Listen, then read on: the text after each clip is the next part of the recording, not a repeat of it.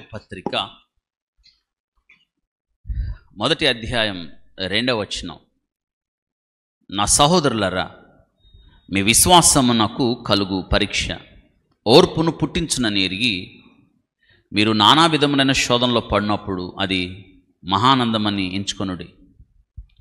ఆ కొనసాగింపు, మీరు సంపూర్ణులను అనునాంగులను ఏ విషయములోనైనా కొదవలేని వారునై ఉండునట్లు ఓర్పు తన క్రియలను కొనసాగింప నీయుడి.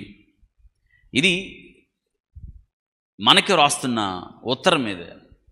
విశ్వాసం ఎప్పుడు పరీక్షకు లోనవ్వాలి. అప్పుడు ఏమంటే ఓర్పు రావాలి మనకి. జాగ్రత్తగా ఈ మాటలు మనం విందాం. యాకోబు పత్రికలో విశ్వాసం గురించి చెప్తూ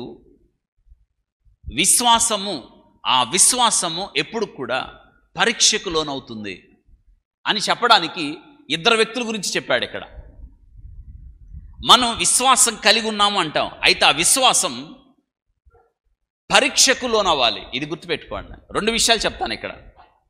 నిజంగా మనం దేవుణ్ణి ప్రేమిస్తున్నామని చెప్పినప్పుడు, దేవుడే మన సర్వస్వము అని చెప్పినప్పుడు ఈ విశ్వాసం పరీక్షకు లోనవ్వాలి. ఇది చెప్పడానికి ఈ వాక్య భాగంలో చూడండి ఎవరి గురించి చెప్పాడంటే యాకోబు పత్రికలో చూడండి అబ్రహాము గురించి చెప్పాడు.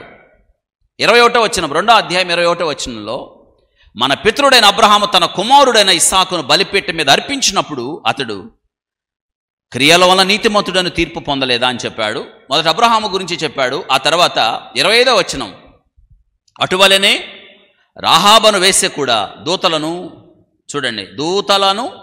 చేర్చుకొని 2 విషయాలు చెప్పాడు ఇక్కడ. అబ్రహాము విశ్వాసం పరీక్షకు లోనైంది. ఎలా? నీ ఒక్కగానొక్క కుమారుడు, నువ్వు ప్రేమించు ఇస్సాకుని, నేను నీకు చూపించు పర్వతం మీద బలివ్వు అంటే, ఇప్పుడు ప్రశ్న ఏంటంటే బలిచ్చాడా లేదా? ఇచ్చాను అంతే. బలిపీఠం మీద పడుకోబెట్టి కత్తి ఎత్తేను. ఆ క్షణంలో దేవుడు జోక్యం చేసుకోకపోతే కత్తి ఎవరి మీద పడేది? అందుకే ఇచ్చాను. ఇక్కడ రాహాబు వేశ్యామా, కానీ వేగుల వారిని చేర్చుకుంది, ఆమె ప్రాణానికి తెగించింది. ఇక్కడ దేవుడు మనతో ఏం మాట్లాడతాడు తెలుసా? విశ్వాసం ఉందా మీకు? అయితే నీ విశ్వాసం పరీక్షకు లోనవ్వాలి అనే మాట. ఈరోజు దేవుని ప్రేమిస్తున్నామని చెప్తున్నాం మనం. ఆ ప్రేమ నిజంగా విశ్వాసానికి లోనైనప్పుడు ఆ ప్రేమ నిలుస్తుందా? పరీక్షకు లోనైనప్పుడు ఆ ప్రేమ నిలుస్తుందా? అబ్రహాం, నువ్వు ప్రేమించు నీ ఒక్కగానొక్క కుమారుడు ఇస్సాకుని. ఇప్పుడు అబ్రహాము తన ప్రేమను బలిపీఠం మీద పెట్టాలి. ఇది మన విశ్వాసానికి కలుగు పరీక్ష. మీరు చేయగలుగుతారు ఆ పని? నువ్వు దేన్నైతే ఎక్కువగా ప్రేమిస్తున్నావో దేవుని కొరకు దాన్ని ఇవ్వగలుగుతావా? యేసుక్రీస్తు మాదిరి ఏంటో తెలుసా? మీరు సంపూర్ణులను అనునాంగులను ఏ విషయంలో కొదవలేని వారిగా మనల్ని చూడాలని దేవుడు ఇష్టపడుతున్నాడు. అంటే ఏం చేయాలంటే, దేవునికి నీవు ఇష్టమైన ప్రియమైన దాన్ని నువ్వు బలిపీఠం మీద పెట్టడానికి ఇష్టపడుతున్నావా? ఇది ప్రశ్న. ఇదే కదా ప్రేమ. మరి నీ ప్రేమకు పరీక్ష అంటే అదే. యేసుక్రీస్తు నిన్ను ప్రేమించాడు, నీ కొరకు తను అప్పగించుకున్నాడు, విమోచన క్రయధనముగా వెల చెల్లించాడు. మరి నీ సంగతి ఏంటి? 2 విషయాలు చెప్పాడు ఇక్కడ. అబ్రహాము గురించి చెప్పాడు. అబ్రహాము తన కుమారుణ్ణి బలిచ్చినప్పుడు వాక్యలో రాయబడ్డది, దేవునికి భయపడువాడని. అవును, నువ్వు దేవునికి భయపడువాడవు అని చెప్పాడు. మరి మన సంగతి ఏంటి? 2వది రాహాబు గురించి చెప్తూ ఏమన్నాడు అక్కడ? రాహాబు అంటే ఎవరిని చేర్చుకుంది? అవును, ఆమంట వేశ్య. ఆమన్నది, దేవుడు నిశ్చయముగా ఈ దేశాన్ని మీకు ఇస్తున్నాడు, నాకు తెలుసు.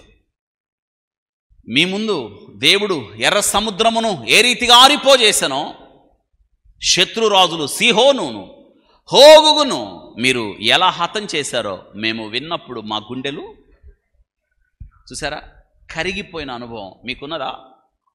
దేవుని కార్యాలు మీరు విన్నప్పుడు కరిగారా మీరు? ఇది కదా, నీ హృదయము కరిగిపోయిందా? దేవుని ప్రేమ మీకు అర్థమైనప్పుడు, దేవుని కార్యాలు మీకు అర్థమైనప్పుడు, ఆ శిలువ యాగం మీకు అర్థమైనప్పుడు కరగని వారు ఎవరు మీరు చెప్పండి? ఈ 2 విషయాలు చెప్పాడు. మీ విశ్వాసము నాకు కలుగు పరీక్ష అనే మాట. దేనికి? విశ్వాసానికి కలుగు పరీక్ష.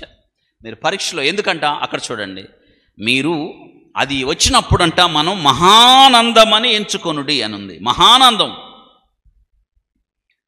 ఎవరు ఎంచుకుంటారు అలాగా? దేవునితో సంబంధం ఉన్నవాళ్లే.